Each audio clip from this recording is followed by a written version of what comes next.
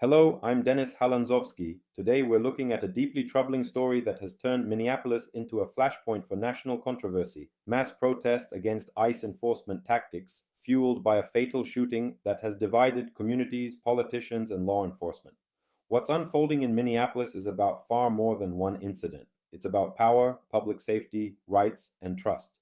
In early January, Minneapolis was shaken when an immigration and customs enforcement agent fatally shot a 37-year-old woman during a federal operation. Authorities initially framed the encounter as a justified use of force, claiming the woman posed a threat to officers. But local leaders and eyewitnesses have strongly challenged that narrative, saying the video evidence raises serious questions about the circumstances of the shooting. The death of Renee Nicole Good ignited immediate and widespread protests across Minneapolis, and tens of thousands have marched to denounce ICE's activities. Demonstrators have called for federal immigration agents to leave the city entirely, and dozens of events, from peaceful marches to confrontational street protests, have taken place not just in Minnesota but across the United States. Even as most protests remain nonviolent, clashes have occurred outside federal buildings where ICE and Department of Homeland Security personnel have been deployed in riot gear. Police in Minneapolis have on multiple occasions declared assemblies unlawful, leading to arrests and dispersals. Local authorities have criticized the Trump administration's deployment of thousands of federal agents, saying it has created an environment of fear and hostility rather than safety. Neighborhoods have seen heightened activity, and shops and schools have been disrupted in the aftermath of the protests. The Minneapolis protests have spilled into the courts and political debates. A federal judge in Minnesota has issued orders restricting how immigration agents can interact with peaceful protesters, barring arrests or force against nonviolent demonstrators unless there is clear criminal activity.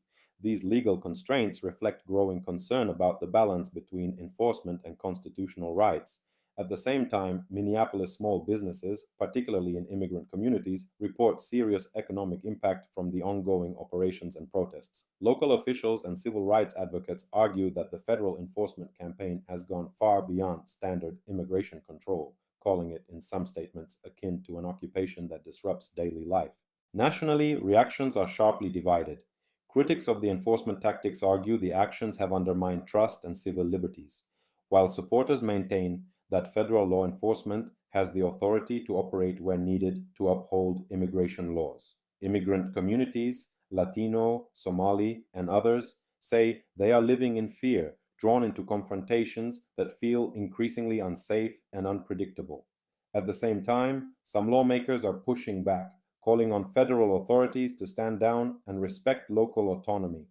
This moment in Minneapolis encapsulates a broader national debate about how the United States approaches immigration, enforcement authority, and the role of federal power on local soil.